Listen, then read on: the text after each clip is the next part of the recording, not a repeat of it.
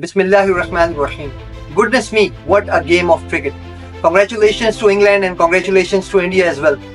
Because they fought really hard and the way they played, I mean, they won the hearts of millions. Commentators were keep saying that the way Indian batsmen were batting. Sir Ravindra Jadeja, सबसे पहले तो मुझे ये बताएं कि रविंद्र जडेजा का नाम sir किसने रखा है? सर किसने कहा है रविंद्र जडेजा को? अच्छा, परेशान होने की जरूरत नहीं है, मैं तो वैसे ही पूछ रहा था। जिसने भी कहा है सही कहा है, क्योंकि जो टेम्परामेंट और जो पेशेंस का मुजाहरा रविंद्र जडेजा ने किया है, ऐसी सूरत हाल में बड़े बड़े बैट्समैन अपने घुटने टेक देते हैं। आपने देखा कि लास्ट डे था और जब लंच हो रहा था तो लंच के दौरान, लंच से पहले ही इंडिया जो थी वो अपनी 8 विकेटें लॉस कर चुका था और अभी एक लंबा टारगेट जो था वो बनाना था इंडिया को। तकरीबन 100 रन के करीब या 90 रन के करीब रहते थे जो इंडिया को चेस डाउन करने थे। और ऐसे में रविंद्र जडेजा ने जो क्लास का मुजाहरा किया, जो टेम्परामेंट का मुजाहरा किया, उनको जितना भी ट्रिब्यूट पेश किया जाए उतना ही कम होगा।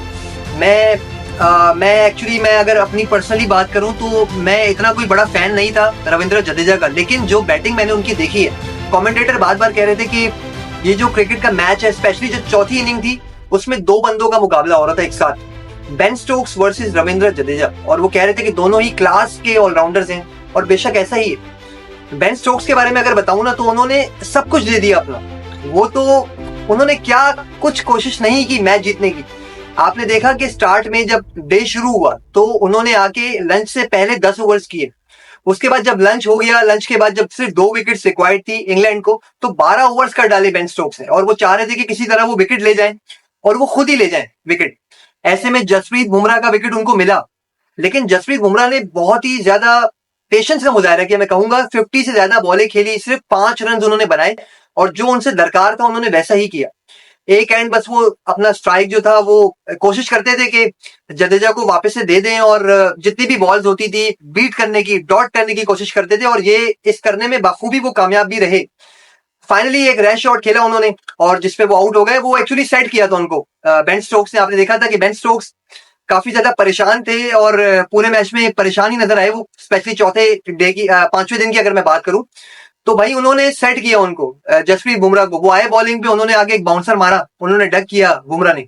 उसके बाद सेकंड बॉल दोबारा बाउंसर मारा और फिर थर्ड बॉल थोड़ा नीचे खिला के चौथा दोबारा बाउंसर मारा। देन उसके बाद बुमराह ने वो बॉल खड़ा कर दिया और वो आउट हो गए। और वहां पे इंडियन फैंस के जो उम्मीदें थी वो भी मुझे लग रहा है कि पानी पानी हो गई होंगी, टूट गई होंगी। लेकिन ऐसे में मोहम्मद सिराज आए और सिराज ने भी भाई क्या खूब साथ दिया जडेजा का। मैं कहूंगा कि इंडियन बैटिंग लाइनअप को इससे सीखने की जरूरत है। ऑल्दो इंडियन बैटिंग लाइनअप जो है वो वर्ल्ड क्लास बैटिंग लाइनअप है, इसमें कोई डाउट है ही नहीं। और ऐसा थ्रू आउट तीनों टेस्ट मैचेस में ये देखने को मिला है। मैंने पहले भी आपको बताया था कि केएल राहुल से कहीं परफॉर्म नहीं हो पाता है तो अगले ही दिन वो 50 कर देते हैं, कहीं सेंचुरी स्कोर कर देते हैं। पहली इनिंग्स में केएल राहुल ने सेंचुरी स्कोर कर दी और जो रूट ने भी बहुत ही खूबसूरत बैटिंग की, उन्होंने भी सीनियरिटी का भरपूर मुजाहरा किया, एक सेंचुरी उन्होंने भी लगा दी। लेकिन मैच जो था वो अब आखिरी दिन पे आ गया था, क्योंकि स्टार्टिंग के जो डेज थे, स्टार्टिंग के जो 2 दिन थे, उसमें 1-1 था, उसमें इवन काइंड ऑफ सिचुएशन चल रही थी दोनों टीम के अक्रॉस, और लग ऐसा ही रहा था कि शायद ड्रॉ की तरफ चला जाए मैच। लेकिन लॉर्ड्स का मैदान, वहां पे ड्रॉ कैसे हो सकता है मैच? वहां पे तो किसी एक टीम को जीतना ही था।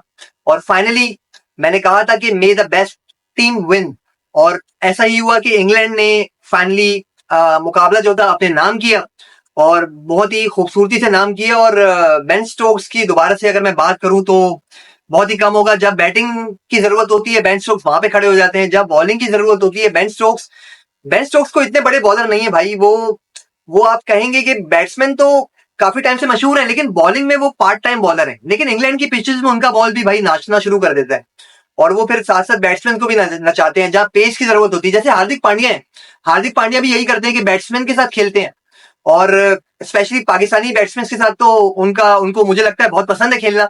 वो क्या करते हैं, short of the line deliveries करना शुरू करते हैं पाकिस्तानी बैट्समैन को, और पाकिस्तानी बैट्समैन परेशान होकर 1-2 डक करके फिर खड़ी कर देते हैं बॉल। और बेन स्टोक्स भी ऐसे ही करते हैं, उन्होंने भी यही किया इंडियन बैटिंग लाइनअप के साथ। मैं आपको बताता हूँ आज के टर्निंग पॉइंट्स क्या क्या थे। आपको याद होगा इससे पहले मैंने एक वीडियो बनाया था, उसमें मैंने बताया था कि इंडिया जो मैच पे ग्रिप जो उसने लूज की वो एक्चुअली दूसरे दिन ही लूज कर दी थी। इंडिया ने पहले अच्छी बैटिंग की फर्स्ट इनिंग में, लेकिन स्टार्ट में जो इंग्लैंड 387 रन जो बनाने में कामयाब हुआ, उसमें इंडिया का बहुत ही ज्यादा साथ था, क्योंकि इंडिया ने फील्डिंग, जो पुअर फील्डिंग का मुजाहरा किया ना, उसने बहुत साथ दिया इंग्लैंड का कि वो 387 तक पहुंच सके। वरना वही इंडिया जो है मैच को ग्रिप कर सकता था, एक अच्छी लीड ले सकता था और इतना टारगेट चेज ही नहीं करना पड़ता लास्ट डे इंडिया को। तो ये तो एक टर्निंग पॉइंट था जो कि इंग्लैंड को फेवर दिया जिसने। उसके बाद अगर दूसरा आप देखें ना, तो मुझे ऐसा लगता है कि कुछ जो बैट्समैन थे उन्होंने अपनी विकेट को थ्रो किया, जैसे जायसवाल। जायसवाल ने अपना विकेट थ्रो किया, वहां पे थ्रो करना बनता नहीं था। चौथे दिन जायसवाल ने एक बॉल खड़ा कर दिया और वहां पे वो आउट हो गए।